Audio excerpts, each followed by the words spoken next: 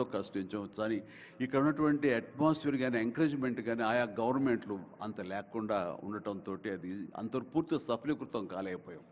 ఆ ఉద్దేశంతో నేను ఎంతో కొంచెం స్కెప్టికల్గానే ఉన్నాను. ఎంతవరకు కుదురుతుంది, ఈయన డ్రీమ్ సక్సెస్ చేయగలరా అని అనుకుంటూ, మీరు ఏమైనా చేయండి, మీ గైడెన్స్ ఇవ్వండి, మీరు ఏం చెప్తే దాన్ని ఫాలో అవడానికి మేమందరం రెడీగా ఉన్నామని ఒక మాట ఇచ్చి మాత్రం అన్నాను. కానీ విత్ ఇన్ నో టైం ఇంత పెద్ద ఎత్తున ఈయన అన్ని రకాల సెక్టార్స్ వాళ్ళని ఇన్వైట్ చేసి గ్లోబల్గా అందరినీ వెల్కమ్ చేసి ఈ రోజున అందులో ఒక పార్ట్గా సినిమాలను కూడా ఆయన వెల్కమ్ చేస్తున్నారంటే కనుక అది హ్యాట్స్ ఆఫ్. అది ఆయన ఒక్కరి వల్లే అయ్యింది.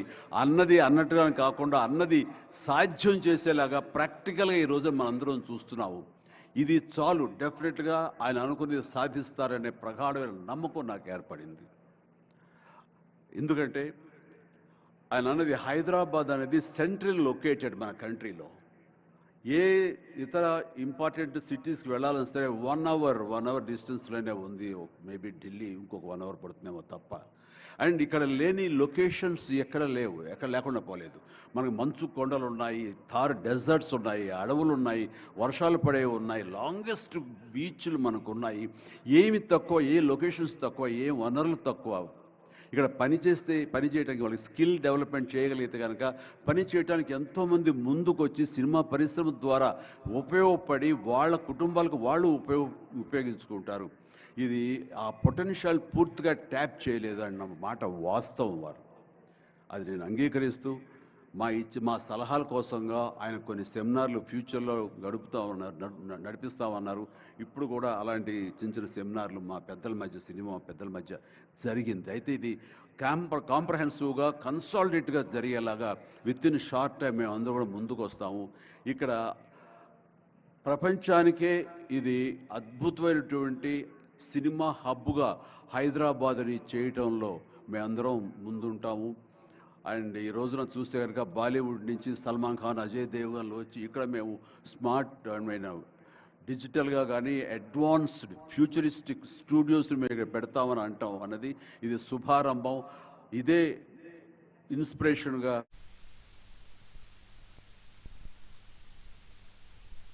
అది పూర్తిగా ఛార్జ్ అయి ఉన్నారంటే ఎలాంటి అతిశయోక్తి లేదు. అండ్ ఈ రోజున ప్రపంచపరంగా చూస్తే సినిమా ప్రభావం ఎంత ఉంటుంది, ఈ సాఫ్ట్ పవర్ ఎంత ఉంటుందన్నది నేషనల్ వైడ్గా కూడా కేంద్ర ప్రభుత్వం కూడా వేవ్స్ అనేది ఒకటి ప్రారంభించి అందులో మమ్మల్ని అందరూ కూడా పార్ట్ చేశారు. అంటే ఎకనామికల్గా అది ఎంత పవర్ ఇస్తుంది, మన కంట్రీ జీడిపికి ఎంత కంట్రిబ్యూట్ చేస్తుందో అనడానికి బాగా వాళ్ళందరికీ తెలిసిన వాళ్ళు కాబట్టి సినిమా మీద అంత దృష్టి పెట్టారు. సినిమాని కేవలం పేరు తీసుకురావడమే కాకుండా ఎంతో కంట్రిబ్యూట్ చేస్తుంది, ఎంతోమందికి ఎంప్లాయ్మెంట్ జనరేట్ చేస్తుంది, ఎంతోమందికి ఉపాధి కల్పిస్తుంది. అంటే ఉదాహరణకి కొరియా తీసుకుంటే కనుక కొరియాలో బిగినింగ్ ఇనీషియల్గా వాళ్ళందరూ యూత్ అనేవాళ్ళు నైట్ ఈవినింగ్ అయ్యేసరికి చాలా పక్కదారులు పడుతున్నారు, కొన్ని వ్యసనాలకి లోనవుతున్నారు. ఆ రకంగా యూత్ నిర్వీర్యం అయిపోతుంది. ఏం చేయాలంటాం వాళ్ళందరూ కలిపి వీళ్ళని ఎంటర్టైన్మెంట్ వైపు కనుక మనం డైవర్ట్ చేయగలిగితే, be it is music, be it is singing or films, ఇంకోటి ఇవన్నీ ఎంటర్టైన్మెంట్గా చేయగలిగితే కనుక వాళ్ళు ఆక్యుపై అయి ఉంటారు. తద్వారా వాళ్ళు ప్రోగ్రామ్స్ ఇవ్వగలుగుతుంటారు. వాళ్ళందరూ నిష్ణాతులయ్యి వాళ్ళ ఫ్యామిలీకి వాళ్ళు బాసటగా ఉంటారు. తద్వారా వాళ్ళ నుంచి జనరేట్ అయ్యి ఎంతో కొంత వాళ్ళు క్రైమ్ వైపు వెళ్లకుండా ఉంటారు. ఆ రకంగా క్రైమ్ రేట్ తగ్గించుకోవచ్చు అనే భావంతో కొరియన్ గవర్నమెంట్ స్టార్ట్ చేసింది. కానీ ఈ రోజున ప్రపంచపరంగా Korea K pop, K drama, K music అంటూ కొరియన్ వాళ్ళ ఎకానమీ, వాళ్ళ జీడిపికి ఎంతో కొంత కంట్రిబ్యూట్ చేస్తుంది. ఎన్నో బిలియన్స్ ఆఫ్ డాలర్స్ కంట్రిబ్యూట్ చేస్తుంది ఈ యొక్క సాఫ్ట్ పవర్ మ్యూజిక్ అన్నది.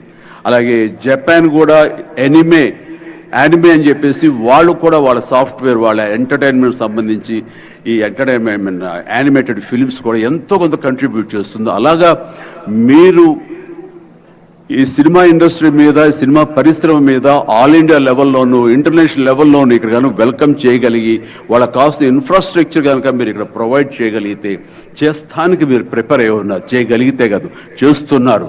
దానికి మా నుంచి పార్టిసిపేషన్ కావాలి.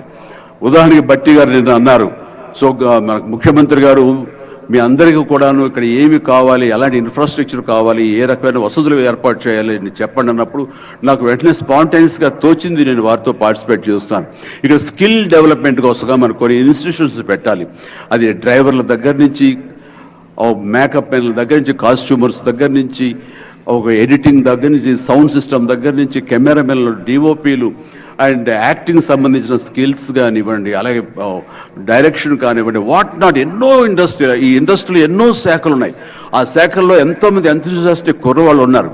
వాళ్ళు చదువు ఒక మాదిరి చదివాను సరే, ఆ చదువు ఏం తెచ్చి పెడుతుంది అనుకుంటే కనుక ఈ రోజున గొప్ప గొప్ప డైరెక్టర్స్ ఉన్నారు. ఈ రోజున ఇంటర్నేషనల్ లెవెల్కి మన సినిమాలు తీసుకొస్తున్న డైరెక్టర్ వాళ్ళందరూ డిగ్రీ కూడా చదవలేదు. సో చదువు ఇది ఇంపార్టెంట్ కాదు, మీకున్న ఇంట్రెస్ట్ ఇంపార్టెంట్. ఆ ఇచ్చేటువంటి గవర్నమెంట్ ఆఫ్ తెలంగాణ ఈ రోజున మనకి ఇస్తున్న ఈ అవకాశాలను సద్వినియోగం పరుచుకుని మీరందరూ కనుక రాగలిగి ముందుకు వచ్చి ఈ యొక్క ఇన్ఫ్రాస్ట్రక్చర్ సంబంధించి వీళ్ళు ఇచ్చిన ఫెసిలిటీస్ని వినియోగించుకుంటూ స్కిల్ డెవలప్మెంట్ ముందు చేసుకోగలిగితే కనుక మీరు ఎక్కడికి వెళ్ళినా సరే, వాళ్ళు ఎంతోమంది వెబ్ సిరీస్ తీస్తున్నారు, అలాగే టీవీ సీరియల్స్ తీస్తున్నారు, సినిమాలు తీస్తున్నారు, పెద్ద సినిమాలు తీస్తున్నారు, చిన్నవి తీస్తున్నారు. అలాగే ఈ రోజున కేవలం స్క్రీన్ మీదే కాకుండా మొబైల్కి సంబంధించినటువంటి సినిమాలు కూడా చాలామంది తీయటానికి సమాయత్తం అవుతున్నారు. ఇది ఫ్లిప్ అని ఇంటర్నేషనల్గా వస్తుంది.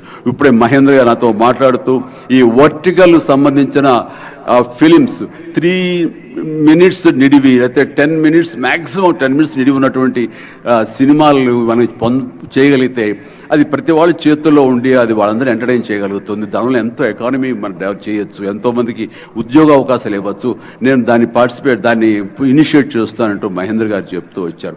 సో ఇవన్నీ కూడా ఇది సాదాసీదాటువంటి కాదు.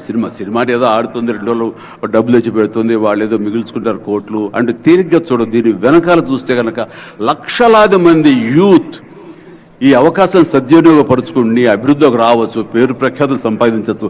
తద్వారా ఇన్ రిటర్న్ మీరు కూడా ఈ కంట్రీకి, మన తెలంగాణకి మీరు ఎంతో కొంత ఎకనామికల్గా మన గ్రోత్ అవడానికి ఆర్థికంగా కూడా మీ సపోర్టు లభిస్తుంది. ఇది మ్యూచువల్లీ రిసిప్రోకల్. కాబట్టి ఈ రోజున ఇక్కడ స్టూడియోకి స్థలాలు ఇస్తామంటున్నారు. స్కిల్ డెవలప్మెంట్కి కావాల్సిన క్లాసెస్ కావాల్సిన ఫ్యాకల్టీస్ కనుక అధ్యాపకులు మనం తెచ్చుకుంటే వాళ్ళ ద్వారా ఎంతోమంది ట్రైనింగ్ ఇచ్చిన వాళ్ళం అవుతాము.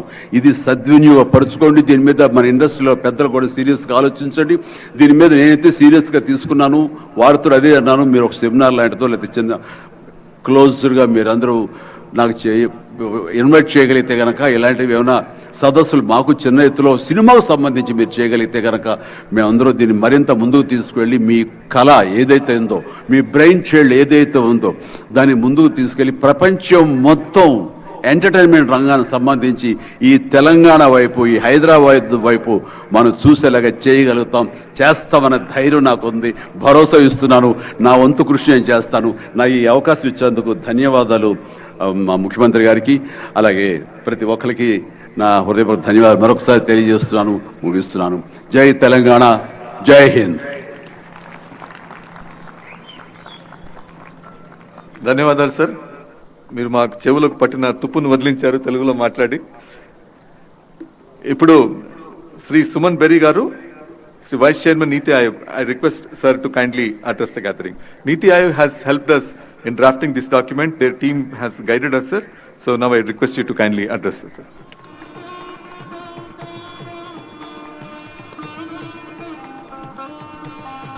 Thank you, Chief Secretary. Honorable